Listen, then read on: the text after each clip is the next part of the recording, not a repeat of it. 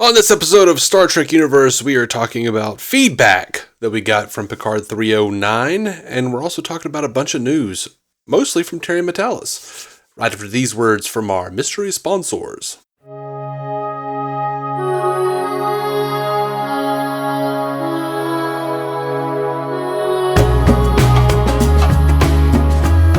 Welcome to Star Trek Universe, the podcast where you get to listen in on two lifelong friends chat about Star Trek. My name is Matthew Carroll. I am David C. Robertson. Davo. Yes, sir. Here we have some things to discuss this evening. We do. We got more feedback than I think we've ever gotten. I love it. I love it. Dude, next to last episodes are always the like... I used to think like, it's the finale. We got to like be on top of things. But over years of podcasting, I now realize like once the finale is over, there's nothing to speculate about. You know what I mean? Like it's like all over but the shouting kind of like thing. It's just kind of it's all settled. You know? Yeah, man. So we it's just interesting. I've learned that over the years of podcasting that I always think like, oh, the finale's coming up, but it's never the finale that gets all the buzz. It's the second to last, always the second to last. Oh yeah, that's when all the fans basically turn into a can of silly string and just start jizzing everywhere. Mm-hmm. Exactly. That is the proper term, by the way. All right. I don't know what term you're talking about. Jizzing. All right. Well, I'm ignoring you. No, have you seen the little they're like training videos for like factory work, and it's like showing like the little nozzle coming down and like putting a squirt of something on whatever, and it's like then the bread takes a bit of jizz, and like it's an actual video, but like No, I have not seen that. That's funny. Or is it someone like doing a different voiceover? No, I think it's real. And it's an acceptable term. It's just not one that people usually use for obvious reasons. All right. I don't know about that. All right, well, let's get to feedback, man. Let's do it. We got a lot to get through, apparently. Yeah, first I want to talk about some of this news. This is really cool for people who haven't wanted to jump on board the Paramount Plus side of things. I don't know who's listening who hasn't, but Pluto TV, which is owned by Paramount, is airing Strange New Worlds Season 1 right now for free. So if you want to catch up on that before jumping into Season 2 or whatever, you can watch that for free. And it's already got Season 2 of Picard available. Nice. I think that's really cool. I think hopefully that'll bring people into Paramount Plus eventually, get people excited for it. Because all those lovers of Pluto TV. Dude, I love Pluto TV. I don't know what that is. It's a free streaming service that Paramount owns, and like they have lots of shows on demand, but you can also like look through like the guide, and they just play. They have channels for the shows that they have on demand, and like me and Bethany will just like throw on like Rescue 911, and. And just when we're doing other things and just have like Rescue 911 and William Shatner like narrating these people with, mullets and shit. And it just plays one after the other. And they have like a 90210 channel. They have a Happy Days Laverne and Shirley Mork and Mindy channel. They've got a Star Trek channel. It's like they've just got a bunch of different like just free with ads like normal TV playing on demand stuff. Neat. It's really cool. Yeah, that's great. It's been I've been championing that for a long time. They needed to be doing outreach to people who don't have Paramount Plus because the shows are good. I think they could be building new Star Trek fans. Yeah. And I don't know how much they are, Yeah, but yeah, I think it's really smart if they're looking and saying like we're not getting a ton of new views on Picard or Season 1 of Strange New Worlds. Let's try to like amp up the anticipation for the next season by throwing it on a free service. Mm-hmm.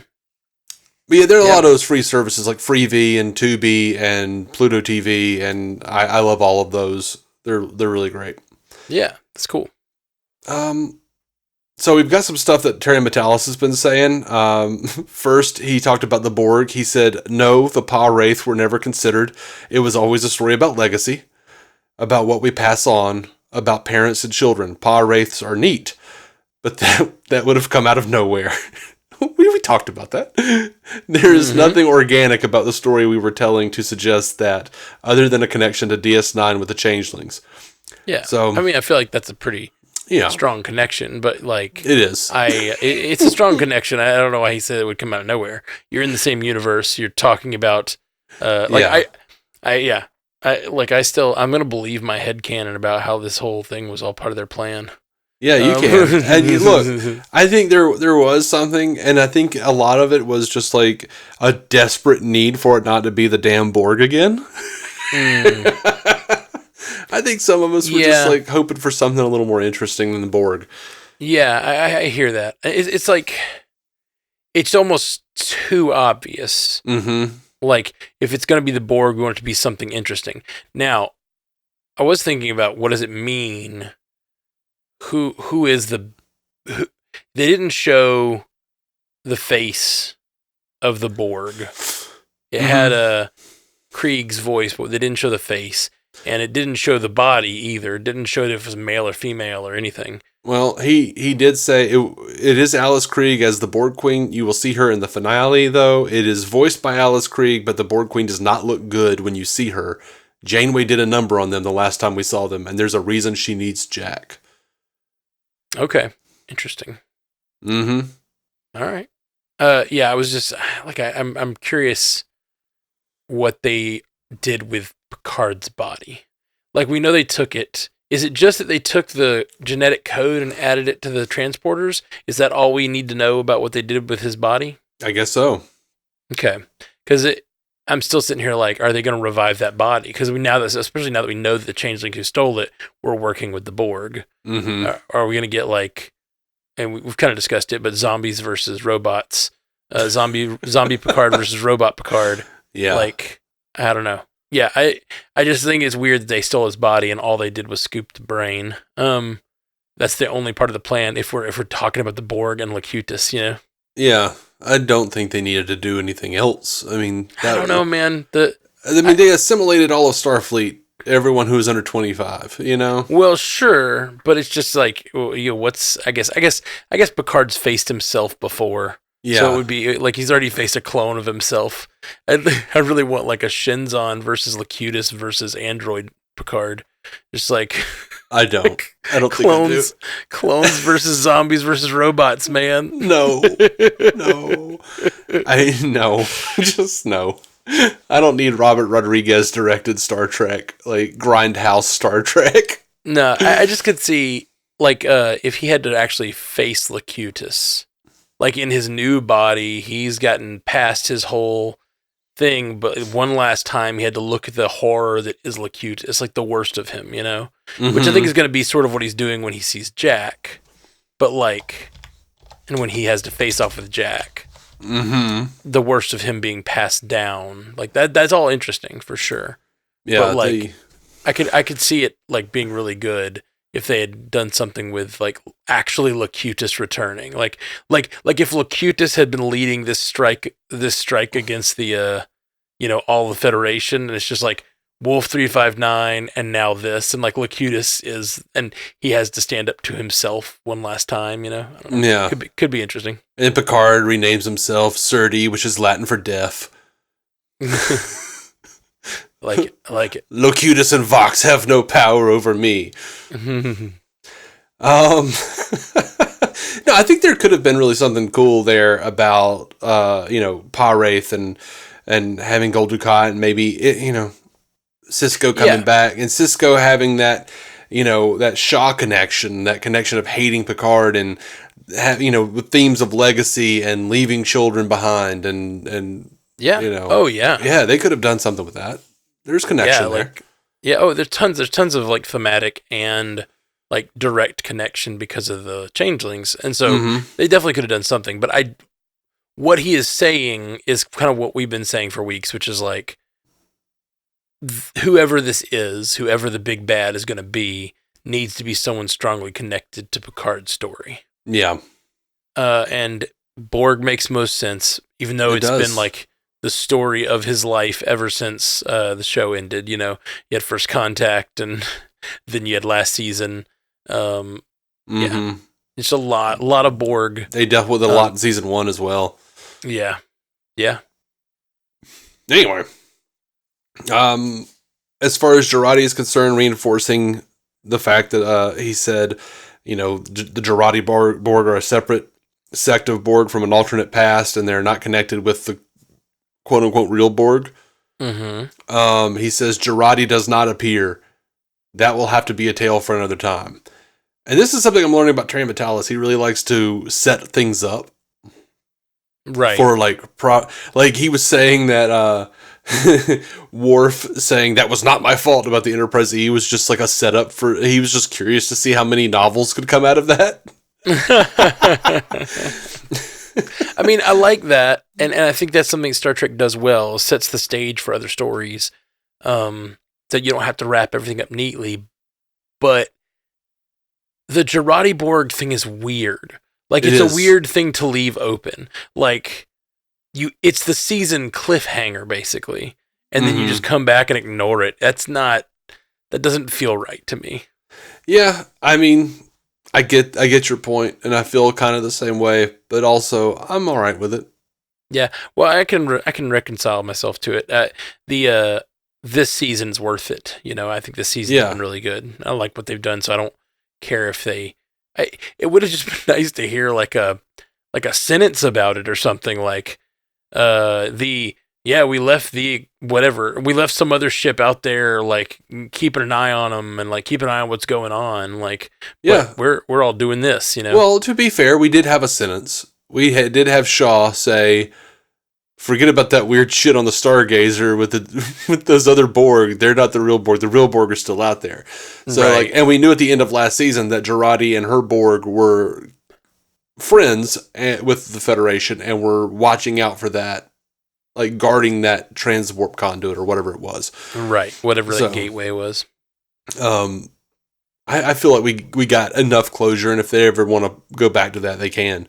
Oh, I definitely don't think we got enough closure, but they can go back to it. That's true. Now, on Shaw, Matalas said, "It was always part of Shaw's arc to die at the hands of the Borg. It was always going to be, from the beginning, how he went out.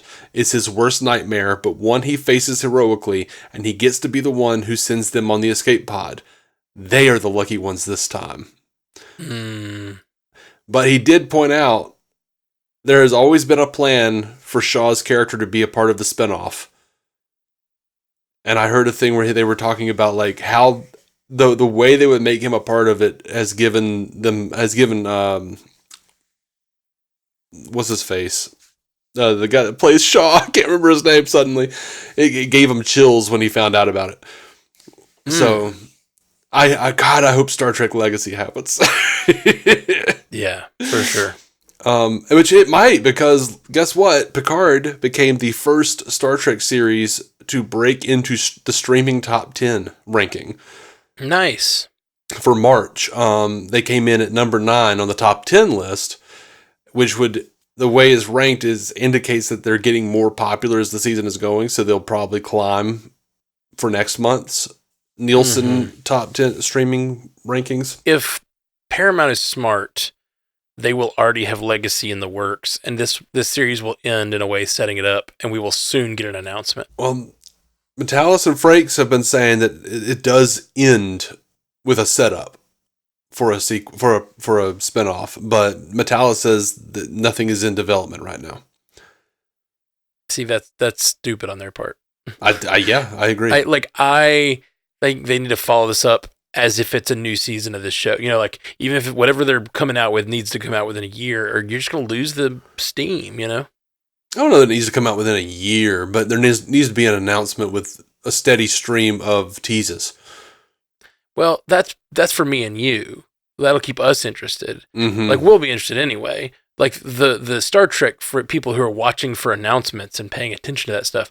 But, like, someone who sees this show and say they take 3 years to get a show, like, greenlit and piloted and off the ground, and then all these actors are older, and you get like 3 years later, and people are like, oh, that season, that character, oh yeah, I remember Sydney. Like, it starts to feel distant, you know. And if it was like within a year, as if it was another season, like if they were right now secretly working on it and it's already in the works and they're doing the thing and they just announce it, like if this show ended with a like, you know, Sydney and Shaw and Jack will return in Star Trek Legacy, we would all just be, anyone watching this show would be like, when is that coming out? I will watch it, you know. Look, hopefully Matalas is just kind of giving us some bullshit, and I hope so, yeah. As soon as the finale airs, they'll, you know, within a week they'll be like, Star Trek Legacy's happening, because they don't want to like, I hope so too, ruin the end of this necessarily, but right. Anyway.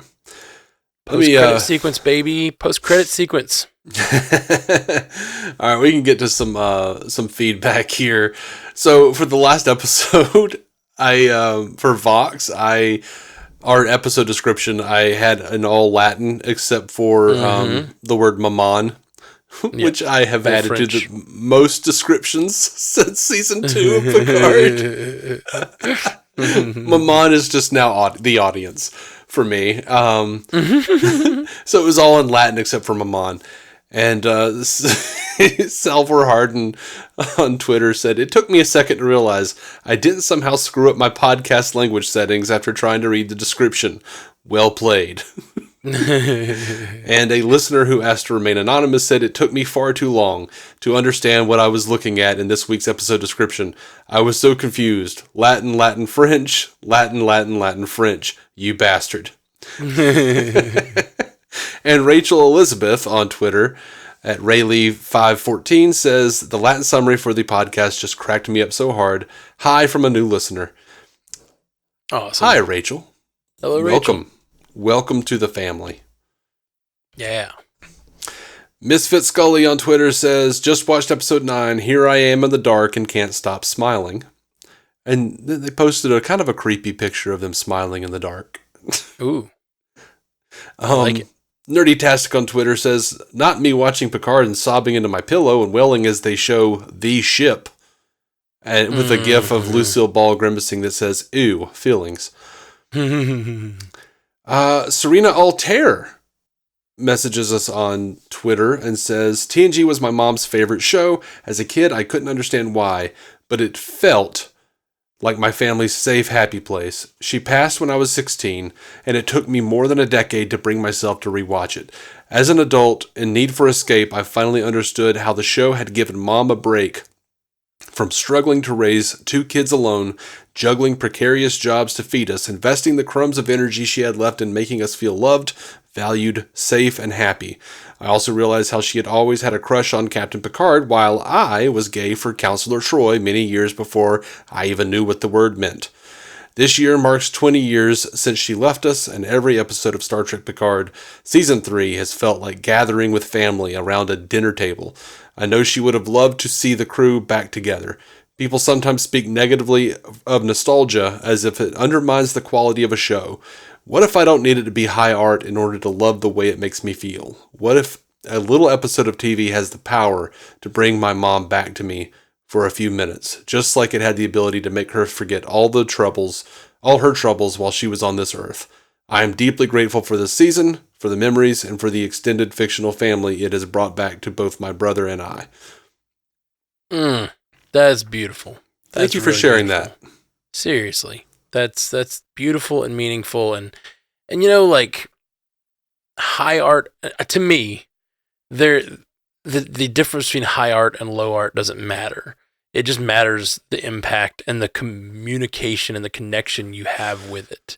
And that's beautiful that you're finding that with this. I have a similar, you know, me and Dave both have similar experiences, like with my father passed a couple years ago, and like getting to know this show as a kid was the like that thing she just described, like him finding her finding her rest in this show, and she's finally understanding that. That's, I think, like why I got into Star Trek, was sitting there trying to kind of figure out why my parents like this show. You know what I mean? Yeah. Like they led me into this show by sitting down every Friday night or whatever and watching TNG, and I was just like, we only had one TV, and I was like, I don't like this, but I'll sit here and figure out what my parents think.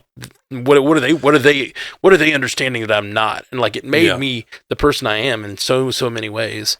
It's incredibly powerful. Thank you for sharing that. Absolutely.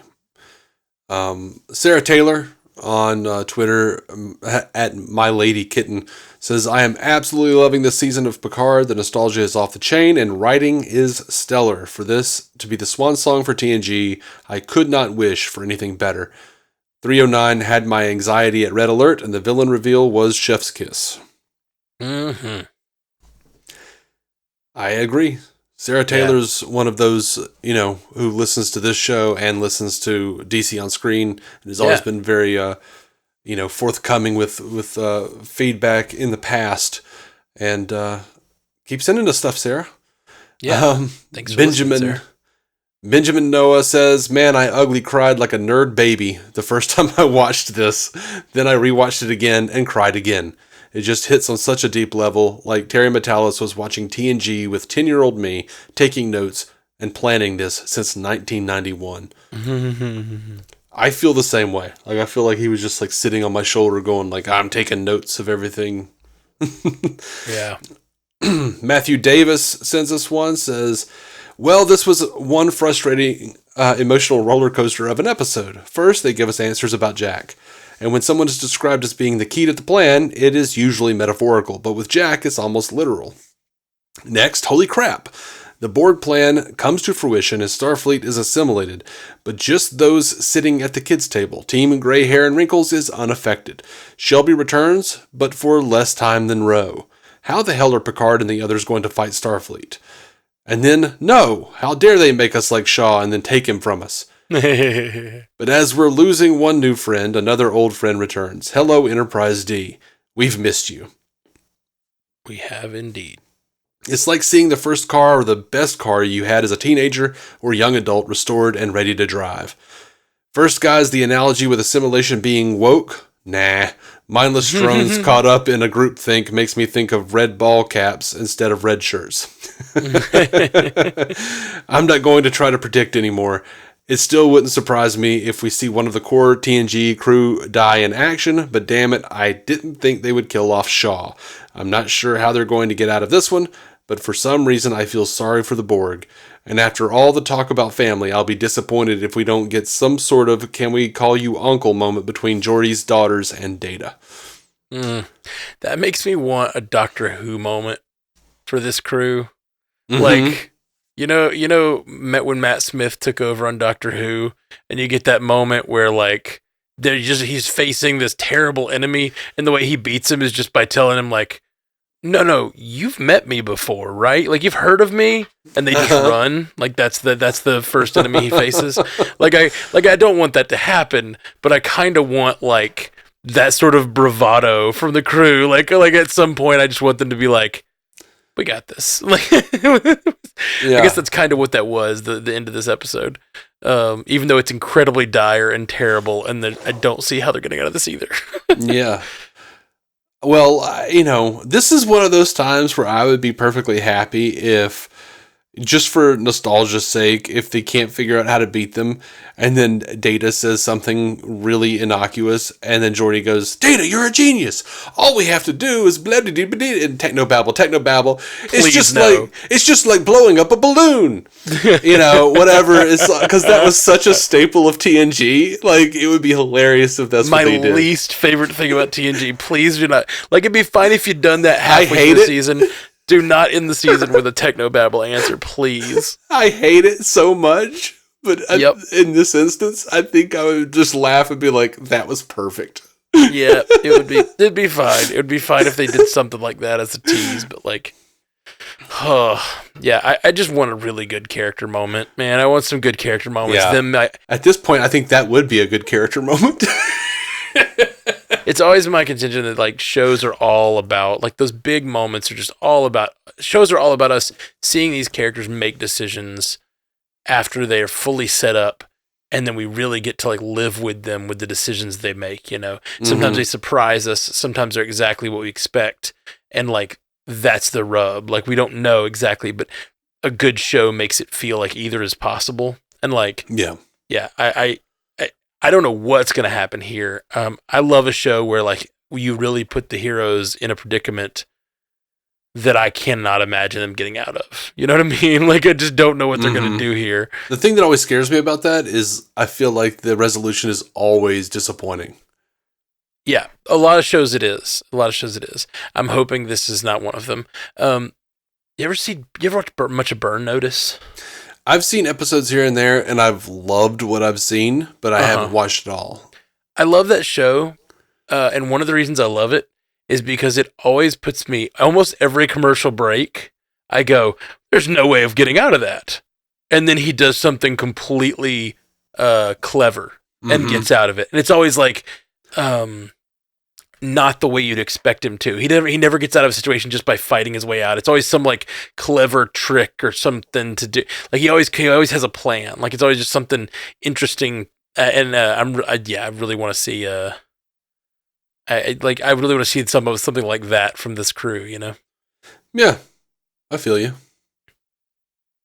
Man, I'm looking at the back of the Borg's head. I'm just have the episode running in the background, just like Alison Krieg. If they say that's probably her. That and like just like half of her head looks like it's taken over by sprockets and such. Yeah.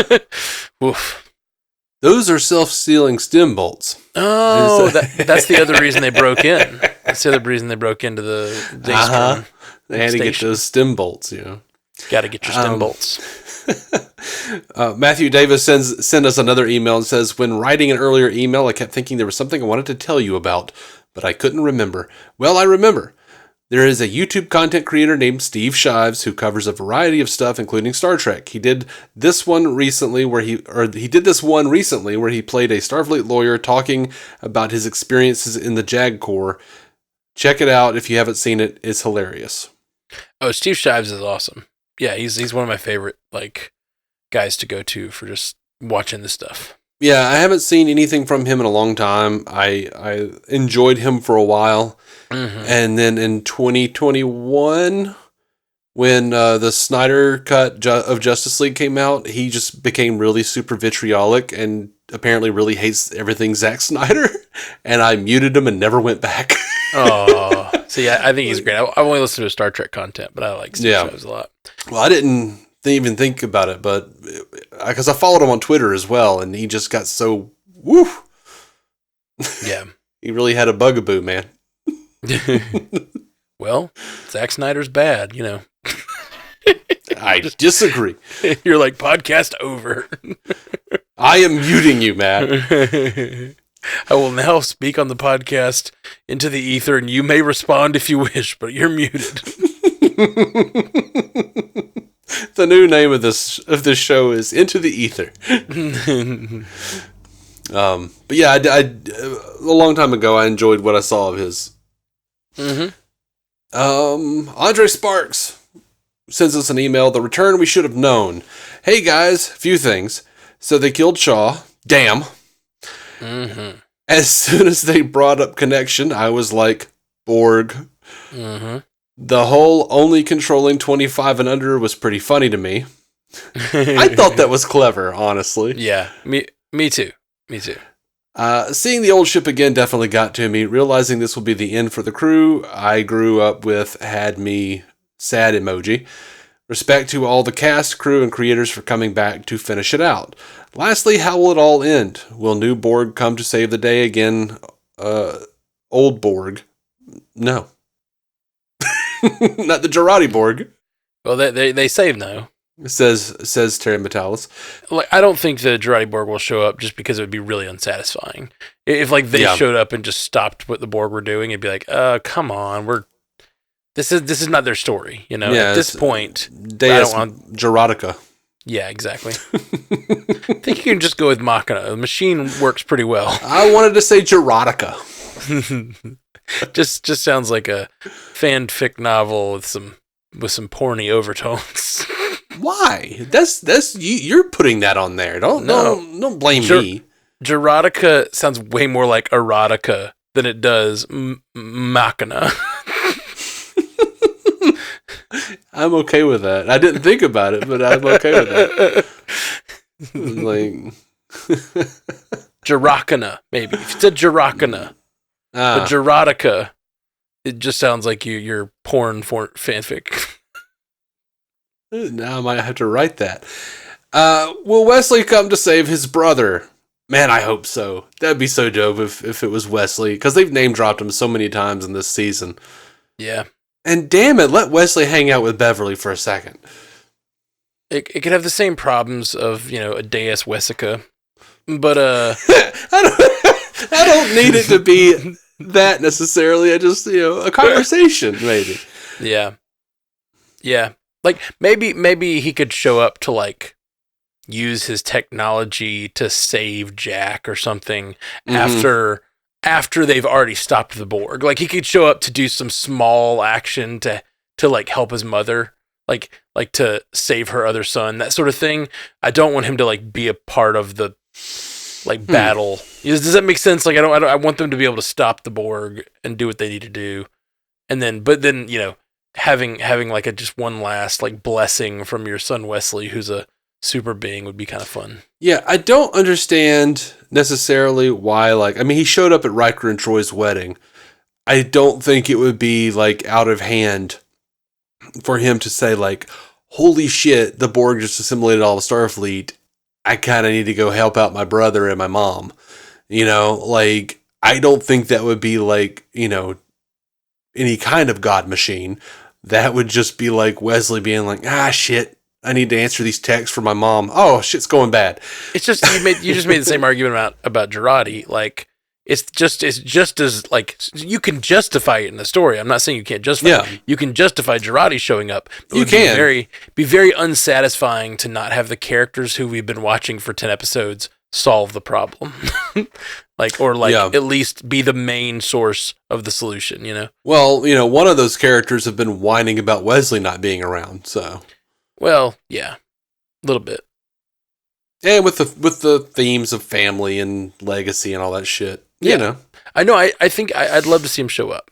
I really would. Yeah. I don't know like what he could do to show up like that wouldn't be like fixing the entire problem though. Like because he's on such a level. I think saving Jack's life would be the thing. I think if it's like all of the other stuff was supposed to happen, he's going through the galaxy and he's fixing problems and guiding the universe to where it needs to be or whatever. And like maybe this big event in Starfleet history was supposed to happen, that they were supposed to get assimilated. A lot of people were supposed to die, and he really didn't have the authorization to do that. But like one thing he can do is save his brother or something. Like do some small. It doesn't have to be brother, whatever. I don't know. Some he can do some small action to help his friends and family. I'll tell you though, I don't think the whole fleet's going to wind up staying assimilated. They're going to undo it. They're going to undo it. For sure. I just mean like the fleet was assimilated and they killed a ton of people. Is what I mean. It's still a major event. Yeah, is what I mean. One of which was Shelby. So yeah, and take possibly Elnor. No. Terry Matalas actually came out and said Elnor was not on the Excelsior. He said Elnor's safe. Don't worry. I appreciate that Terry Matalas is being communicative. Yeah, I just think it's funny that he's responding to people like that.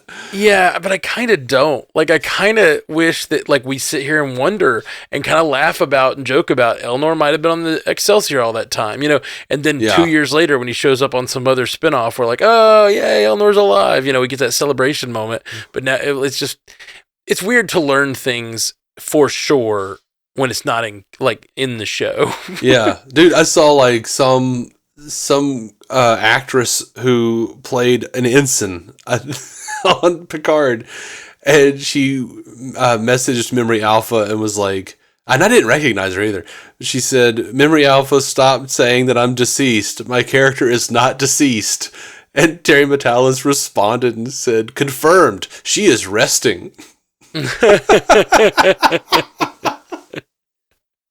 It's really funny. Yeah, I thought that was hilarious. That is really good. Let's see.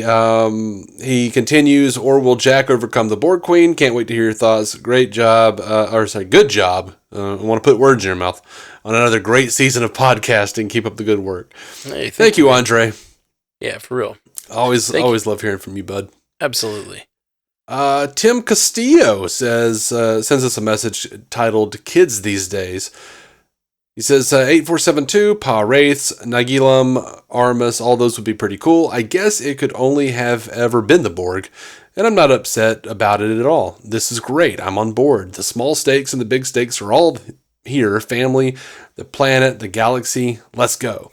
I guess the transporters weren't turning them into changelings. They were turning them into Borg. Crazy.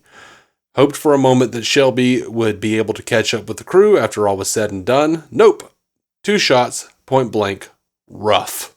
To be fair, we didn't see her body.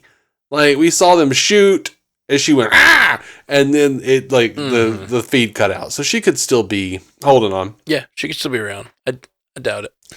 I doubt it, too. She could be around. Let me ask you, what are these symbols that all the ships form when they go into Borg mode or whatever? I thought it was just Borg language.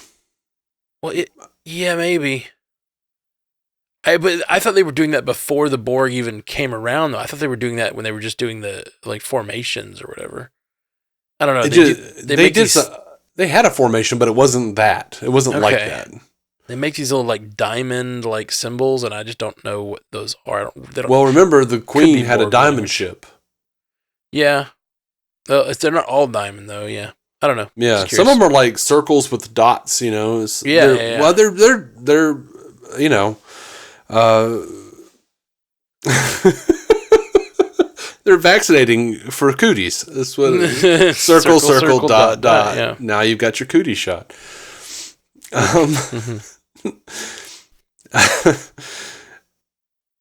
Oh, God. Is Seven going to use some latent queen ability? Season 1, she was a queen momentarily. Is that something she can do? I think Seven, like, plugged into that specific cube, and she was like, acting as a Borg queen for those, like, the commanding voice for those drones. Yeah, I think so, too. I don't think that means that still means she has that ability, I guess. I don't know that she could, like, outweigh the other queen. You know? I mean, yeah, I don't know. But if she's weak enough, ancient and weak. Mm-hmm. Tim continues, I do wish another shuttle or two escaped from the fleet. O'Brien coming back would have been great, but he could have stationed himself in engineering. I suppose that's a pretty big set, though. Completely bringing the bridge back is quite impressive on its own. Still, I wouldn't mind knowing that there were a few good crewmen down in the belly of the ship. But with all of this, what the heck, where is Queen Jurati? I know she's at that giant red incursion wormhole thing, holding back Vecna or whatever. But imagine split Borg factions tearing into each other. I guess that sort of happened in Voyager, didn't it? I don't remember. The Borg fighting Starfleet and Starfleet is the villain? Domjot Human. I love that as an ending, as a farewell. Domjot Human. Human play. Domjot? I love that Vecna is the new like Voldemort. I don't know, or whatever. The new just like nondescript villain, and Vecna is that. That's kind of fun. Yeah. Dude, I would love to see O'Brien come back. I know he's not. I want very much to see, but Calamini has said that he would not come back unless like there was like a really good reason for O'Brien to be like involved in the plot and in the story. Mm-hmm. And really, O'Brien, while he was on TNG and there was a number of episodes, he really got his real life on DS9, like way more, way more in depth with his character. And so, I'd like to see him come back. But if he was coming back, I'd rather see him in a DS9, some sort of DS9 collection of people. Yeah, it's really sad to think that like we'll never get what we're getting here with DS9. Maybe not. We don't know. Yeah, well, I mean, just because some of them have already passed. particularly Rene Auberjonois. Oh yeah, it's just Renee did. Yeah, it's just really hard to think about like that without him. But at the same time, I want those characters back too at some point. Yeah, I worry that it's just because it wasn't as popular of a show and at least didn't have the in its time it didn't have the same popularity that they just won't try to make that happen like they tried to make this happen. Yeah, I think we're getting. I think the possibility increases with each new series that we'll get something more with DS9, just especially since we're getting 25th century set pieces now. That they can reuse and reposition to make it look like different ships and whatever. I know we get Renee back, but that's not to say they couldn't do some small homage or something like they did on Prodigy. Sure. For sure. But yeah, I would. They could do that, and they also have the fact that he's a changeling. You have the fact that some other changeling could have had a relationship, could have linked with him and know him, and whatever. You could have all kinds of ways of him returning kind of spiritually without the actor, but it's just kind of a bummer. It's to see this crew this way on the bridge and know that exact thing can't happen for DS9. Yeah, I agree. I would love to see everyone come back, but Oh, okay. So we're down to Stu. Big Stu Little. with an email titled, "No, you're in the way, Shelby." Do you remember what he's referencing there? Yeah, back from Best of Both Worlds. Yeah. Yeah. When she wants Riker to move up in rank and get the hell out. So you're in the way. Hey guys, the Borg? Well, that's an anticlimax. And feels a bit stale after 2 seasons where Borg stuff was a big part. Kinda. Jack is right to be annoyed at Picard wanting him to go to an institution. He's a little old for his dad to be grounding him. Again, we're getting a system that interconnects all the ships in the fleet after what happened in Prodigy? Really? I mean, really? Also, the fact they relayed all of this information as part of a public history celebration minutes before it was exploited. There's ham-fisted exposition, and there's this. Also have to point out that even if the system does not get hijacked, it still seems like a massive security issue to move the entire fleet to one location, leaving all the other areas of the Federation less protected. What if they resolve all this Borg stuff only to find out a rejuvenated Cardassian empire has taken over a bunch of systems in their absence? In story, Picard must have seemed like a rambling, crazy old man popping up on a screen to yell, "The Borg are infiltrating Starfleet through the changelings!" Like that. Yeah. Kind of noticeable that Shelby doesn't react to the phaser shots before the screen cut out. Bad FX, or does she just not give a fuck? I thought she reacted to them. I saw her go, "Oh!" Yeah, I thought she didn't react that much, but I thought it was just because it was so quick. It looked to me like it was the kind of disruptor or whatever. I know they were technically phasers, but it looked like they were eating away at her, like she was about to disintegrate almost. It was the same effect they used when Shaw was shot. Oh, was it? Okay. He says, "Well, hello, Nolan North, voice cameo as the Excelsior captain. Between this, Star Trek Into Darkness, and all his Lower Decks roles, he's racking up quite the number of roles. He's a famous voice actor." Nice. No, Shelby, no, Shelby, I don't know how he's saying that. It would have been easier for them to defend themselves if the phasers were beams instead of individual shots. I don't know, man. Whatever. The phasers look awful. They always looked awful. The individual, long-standing, slow phaser shots, the beams on all the Star Trek shows before New Trek looked awful. It is not conducive to action. It's not conducive to fast-paced editing. Even if you go back and guess what? DS9, once again, taken charge during the Dominion War, those phaser rifles were shooting individual shots. Pew, pew, pew, Oh, pew, yeah. pew. Like, they did quick phaser bursts as well. So, Yeah. I'm good with the change. Stu continues, yeah, so you can probably tell I'm not so hot on this one. The big reveal was just pretty deflating with so many other interesting possibilities. And it does it while seemingly ignoring all they did last season with the Borg. They're going straight to Earth and not trying to get in touch with Jurati and her much more evolved version of the Borg to help. Or how about any of the countless friendly species not yet affected?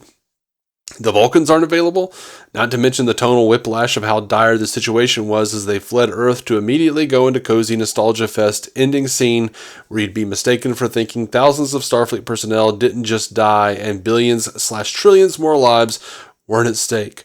Hope it finishes better. Man, Stu. I felt that whiplash. I won't lie. Like, I definitely felt the whiplash he's talking about. I do think they could have written it a little differently. Like, let's say they find out about their people being converted because their ship got taken first or something, you know, like their ship gets taken because they're closer to Borg space because Jack hijacked them or whatever. And so they take over the crew. They realize that's what's going on at the day celebration. And they have already at that point, they have lost their ship. They go and get the ship. And then using the Galaxy class, they go up and do that whole communication. That could have worked and it felt a little less whiplashly, I do think. Yeah. Because there's like, oh my gosh, it's all so crazy. And now we're supposed to like it's the same thing what they did with the table. I complained about it with the table two episodes ago or whatever, when it's like, yeah, the Federation's on the verge of destruction. Now let's all sit and hug in this room because we haven't seen each other for a while, you know? Mm-hmm. It's just, yeah, I get what he's saying there with that particular complaint. As for countless friendly species, not yet affected, I would have loved a line somewhere in there about like, first of all, if the friendly species are part of the Federation, they're probably affected as well to some degree, or might be. Yeah, it's very possible. And so if they're not using if the transmitter is not reaching them, they might still be affected. But I would have also loved something regarding like the political climate. Yeah, absolutely. Because like I think it would have been really interesting if a lot of these species had left the Federation, or if they weren't in the Federation, had like kind of cut contact or ally status with Starfleet because of what happened with the Romulans. Exactly. That would have been really cool. As you know, like just from like real political situations, once a country like turns its back on another country that it's promised things to, like it kind of loses faith with all the other countries that's counting on it, you know? So maybe the Klingon Empire isn't as trusting of Starfleet because it, things that went so badly with the Romulans, or, whatever has gone on in the intervening time since the Dominion War. Like, and there really isn't that many other friendly, large scale fleets out there. I mean, the Klingons were 30 years ago, but we don't know what's happened. And the Romulans kind of were at one point, but they're not really anymore. And yeah, it's dire situation. And there is like, with them being assimilated, like, and only needing for people to go through the transporter to, like, think about like a Borg fleet that all they got to do is get your shields down and they can just transport everyone over and suddenly have mind control of everyone. Mm-hmm. Like, it's no longer about catching and putting in little tubes from your finger tubes. They just got to transport you, and you like have to keep your shields up at all times to avoid the Borg from just like transporting you out. I was thinking knuckle straws. Knuckle straws are good, yeah. It's a good name for them. But yeah, I mean, you look at Starfleet, like who knows how much faith has been lost, with Starfleet, because not only did they, in season 1, we found out there were conspirators in high-ranking positions in Starfleet, and that was after the whole Romulan debacle. But now, so many of these people have been replaced by changelings. Mm-hmm. True. Like, how many friends do Starfleet have? Yeah. Like, at least on that scale. I mean, you think there's just not that many groups on the scale of Starfleet. And and the ones we know all have fairly good reasons for not being around. I would happily take a series that would cost like almost nothing to make. That would just be like Star Trek West Wing, where it's just like Starfleet headquarters, man. For sure. Walking around talking about, get Aaron Sorkin to like write it as he would in modern day, and then have like somebody else come in and like translate it into Star Trek. Yes. Sorkin would be like, I don't know what I just wrote, but yeah, I'm pretty sure I never said anything about tariffs with the Klingon homeworld, but okay. Yeah, I would 100% be down for a show like that, like just all political intrigue, and that's it. I'd be down. Yeah, and then I want Aaron Sorkin to make Star Trek: The Newsroom, where it's just like, I'm very, very, very like intrigued, because ever since Generations. And I was like, oh shit, they have reporters in this universe? I was like, I want to know how that works. Like, then I want Star Trek Sports Night. It's like, everyone's so evolved, there's no spin zone, Like, there really is no spin zone. It's just like, I don't know. Like, I really want to, like this just in, Captain Kirk's unpublished memoir says that only conservatives go out into space because we're too soft. That was actually in Roddenberry's I remember. Motion picture. Yeah. Anyway. Oh man, good stuff. Good stuff. Well, I am really freaking excited, man. Thank you everybody for writing in. Hopefully we'll hear from some of you guys next week after the finale. After the denouement, I just hope they leave us in a place that I can stay excited. What is it? How do they say it online? Use our podcast as your dislike button. Send us all of your angry feedback when you're disappointed that Cisco didn't come back from the wormhole.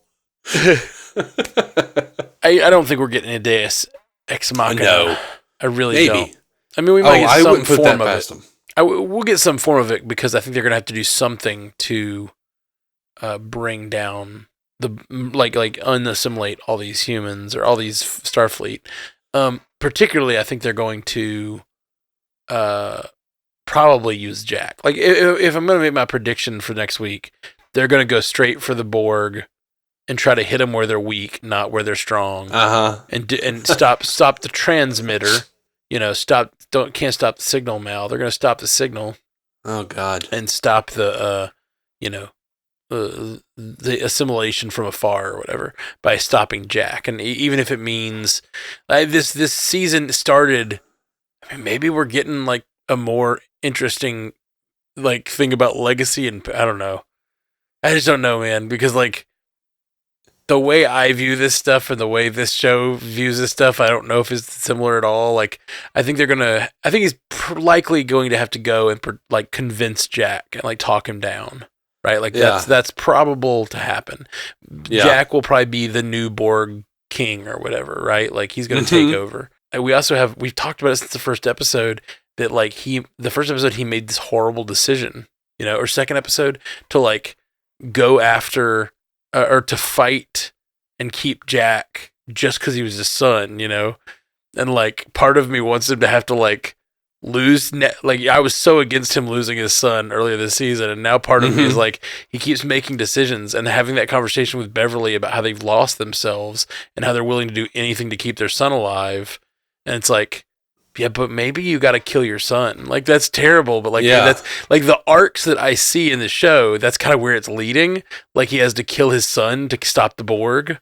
But that's terrible. And I was from the very beginning of the season. I said that was really a horrible end for Picard.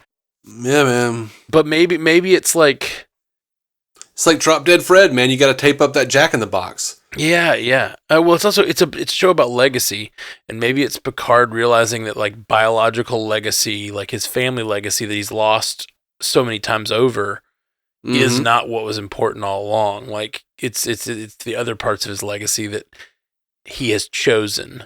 But that'd be such a dark ending. I don't know. I don't know what I want, man.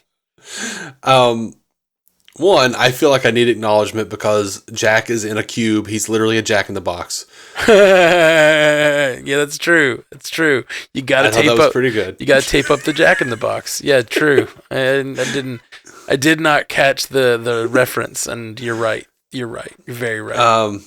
Maybe this is all. Maybe this is all. There's a lot of jokes about how not jokes. There's a discussion about how Kevin Feige, when he was writing Endgame, looked at the last episode of Next Generation as his model. Maybe Terry Matalas, his model for how to end a series is Drop Dead Fred. It's been all about Drop Dead Fred this whole time. Yeah. Picard slides on his back underneath the Borg Queen and goes, "Cobwebs! Cobwebs!" That's a classic cult comedy. Yep. Weird. What a weird one. Yeah, but we just Bethany had never seen it, and I was like, "Oh, it's classic. You got to watch it." And I was sitting there watching it, not being a little kid. I'm like, "Oh man, This is really about emotional trauma, isn't it?" Yeah, yeah. It's about emotional trauma. It's also very. This is very dark And very body for kids. Very, very And I was just like, man. I put it on a few years ago. I put it on for my girlfriend a few years ago, and I was like, she was not having it. She was like, "This is terrible. What are you having me watch?" It was crazy. And then there's this awful kind of weird message that's if you treat your mental illness, you kill your friends. Your imaginary friends go away. There's some other dimensional being who is dying because you're feeling better. Yeah, so terrible. So terrible and weird. Anyway, I'll just like to mention a thing I said on Twitter that got a lot of likes for me. Nice. It was 30-something, 38 likes. Ooh, more than I normally get. I think they need to upgrade, at the end of this season, they need to upgrade the Enterprise D. We've already got an Enterprise F, so they need to upgrade the Enterprise D and call it the USS Legacy. Boom. Ooh. Yeah. That sounds great to me. I mean, total fan bullshit, but yes, please. And I feel like as I was rewatching it, I was like, it was really funny that they brought in the Enterprise F in the middle of the episode because it felt like, oh, it's a new Enterprise. Oh, baby, we got our crew, and they're bringing a new Enterprise onto the screen. Oh, this is clearly this is meant to be Enterprise action. And then they go and get the D. I thought that was really funny, kind of to introduce a new Enterprise and then have that not be the plan at all. It was almost like a misdirect. Yeah, it was 3 minutes and it was overtaken by the Borg. Yeah. Not great. Damn it. Not great, Enterprise F. This is the F? Yeah. And the E was lost, to Worf. But the F wasn't new. Did they refit it or something? Is that why it was being introduced? Because the F I know has been in comics and stuff during the Romulan situation. The F was in Star Trek Online is where it was introduced. Yeah, but they maybe they just showed that type of ship in the comics, that class. I don't remember it being in the comics. I remember the E was in the comics. Okay. But and the E Data, before having Data's brain, was the captain of the Enterprise E in the Countdown comics leading up to Star Trek 2009. Right. That sounds like it's all been rewritten, though. Yeah. And totally, I would say. Yeah. But which is sad because it made it to where the Narada was Borg enhanced, but there were some really cool developments there, but yeah, Enterprise F came from Star Trek Online, including the design. And Star Trek Online is also an alternate timeline to this because it just doesn't fit in with anything. Gotcha. Okay. All right. Well, I like it. I'm excited. I guess we'll let you guys go. Do you got anything else, Dave? I don't think I have anything else. I don't know. Well, I'm kind of tuckered now. Yeah, man. We recorded this at 1 a.m, so you're allowed to be. Yeah. But we wanted to get it out because if we don't get it out tomorrow, you guys will have a chance to listen before the next episode. So I want to get your feedback on. Yep. I'm so tuckered, give me a bow tie and call me Carlson. Joel Untrue. Dom Jot, human. Thank you for listening to the Star Trek Universe Podcast, a Stranded Panda production. If you'd like to hear more from David C. Robertson, check out the DC On Screen podcast or maladjusted.tv for his web videos. If you'd like to hear more from Matthew Carroll, check out the Marvel Cinematic Universe podcast or listen to his music. Just search for Matthew Carroll anywhere you get music.